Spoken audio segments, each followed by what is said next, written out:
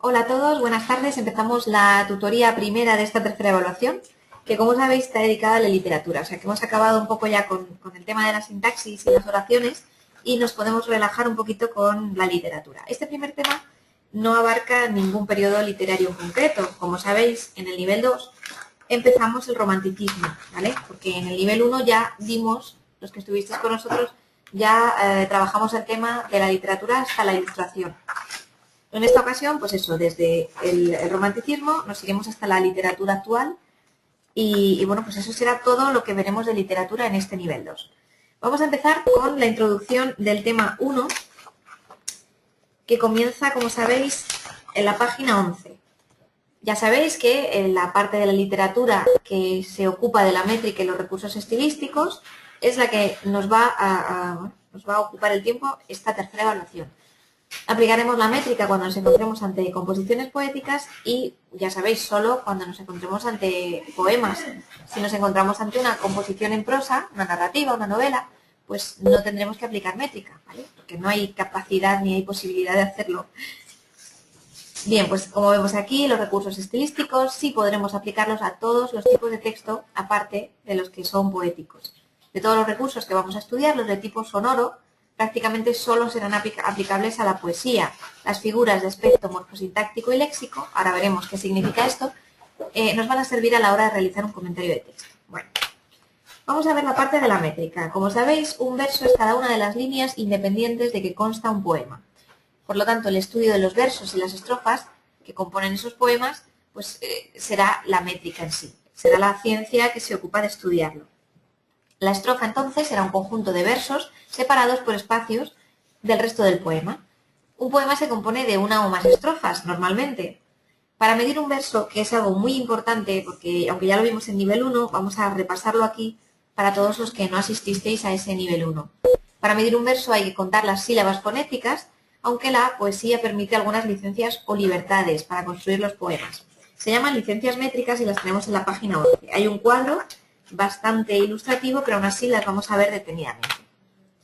La sinalefa, que es la primera que tenemos, es la pronunciación en una sola sílaba de la vocal final de una palabra y la vocal inicial de la que sigue.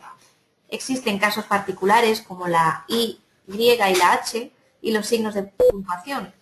Todas ellas no impiden sinalefa, ¿vale? Ni la Y, ni la H, ni los signos de puntuación como pueden ser las comas.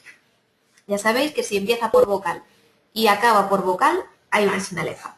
El hiato, por contra, es la renuncia a hacer una sinalefa, ¿vale? Cuando normalmente se produce cuando la segunda palabra comienza en vocal tónica. Es un poco menos común, o sea que lo normal que os encontréis en los poemas es entre sinalefa y hiato, la sinalefa sobre todo.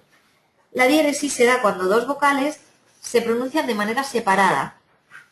La particularidad es que serían en diptongo, entonces lo normal sería pronunciarlas con diéresis. Sin embargo, se pronuncia, como os digo, en sílabas separadas. Tenemos un ejemplo para ilustrar esto que parece un poco complicado así a priori. Con un manso ruido.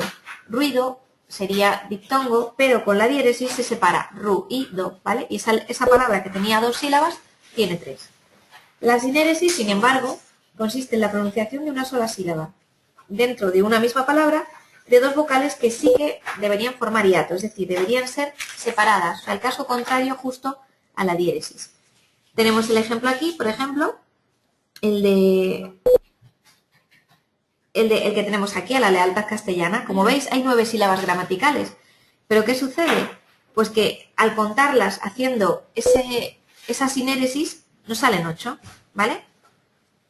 Bueno, pues es muy sencillo. Ya sabéis que la acentuación de la palabra final, que es el siguiente punto, significa que si un verso termina en aguda o monosílabo, se cuenta una sílaba más. Si es llana no hay variación y si es esdrújula se cuenta una de menos, ¿vale? Muy sencillo también, solo hay que aprenderlo. Bien, el punto 126, en él vemos los versos simples y los versos compuestos.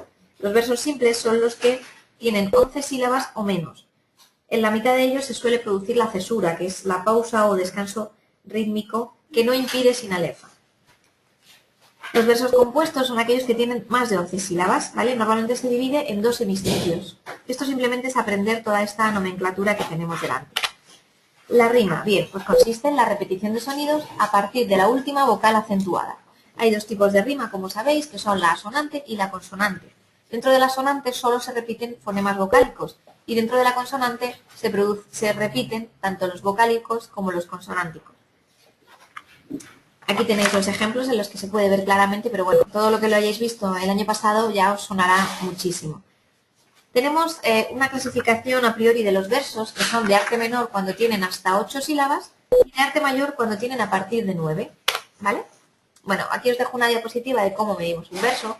Ya sabéis, por ejemplo, en esta última parte del poema de Antonio Machado, criado en mezquino tonel de madera, ahí veis que en criaduen se produce sin alefa, al igual que en el verso anterior.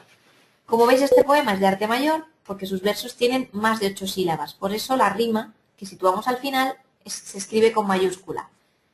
Si por el contrario se tratase de arte menor, marcaríamos la rima con minúscula, ¿vale?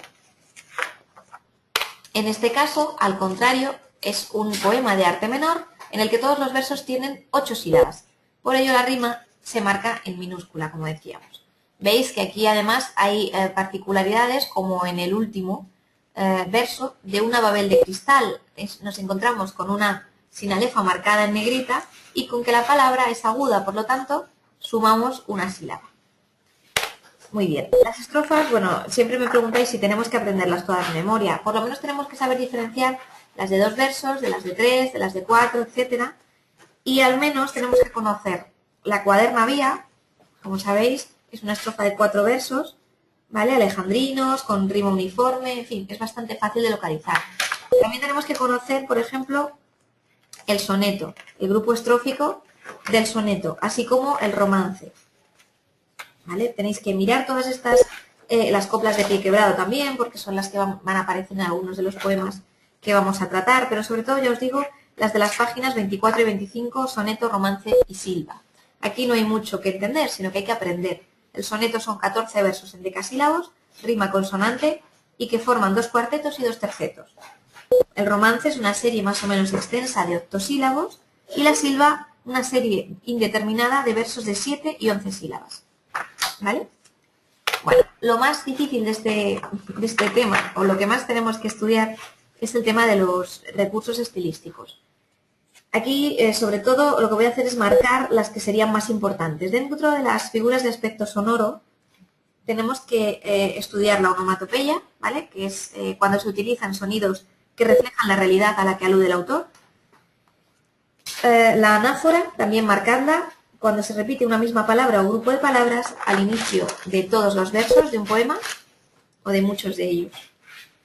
También estudiaremos el polisíndeton, el empleo repetido de conjunciones para dar mayor fuerza a la composición, así como el asíndeton, que es justo lo contrario.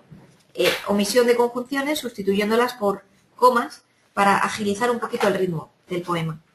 También el hiperbatón, que se altera el orden normal de la frase.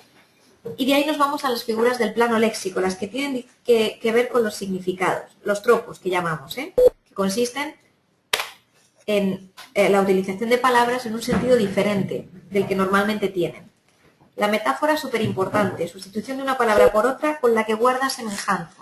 Como vemos en el ejemplo, las perlas del rocío es una metáfora. Bueno, la metonimia también la tenemos que estudiar, la sinécdoque, pero de sobre todo me interesa la paradoja, que la tenemos en la siguiente página. La página 32, utilización de frases o expresiones que tienen un significado contradictorio. Eso y la ironía, que además la ironía es una figura retórica que da a entender justo lo contrario de lo que se dice y utilizamos incluso en nuestra vida normal, ¿vale? Bien, luego es muy importante que leáis el ejemplo de análisis estilístico de la palabra de la página 32 y la 33. Se hace un breve resumen de lo que debería ser nuestro análisis, quizás no tan detallado, pero sí a lo que podríamos tener como ejemplo, ¿vale? Leerlo, entenderlo y si hay algo que tengáis que preguntarme, no dudéis en hacerlo porque este tema es muy importante, ¿eh? Marca las bases de lo que va a ser toda la evaluación. Después nos fijaremos en los ejercicios de autoevaluación. Los haremos prestando especial atención a los del punto 4, recursos estilísticos. Y bueno, pues simplemente cualquier duda que tengáis me lo comentáis, ¿vale? no hay que memorizar mucho, pero sí hay que entender bastantes cosas y muy diferentes y memorizar algunas también. Entonces, prestadle toda la atención que podáis a este tema porque, como os digo, es la base del resto de la evaluación. Pues nada, aquí acabamos la tutoría. Os agradezco que hayáis escuchado esta clase y espero que sigáis mis consejos para poder aprobar después en el final. Muchas gracias. Hasta luego.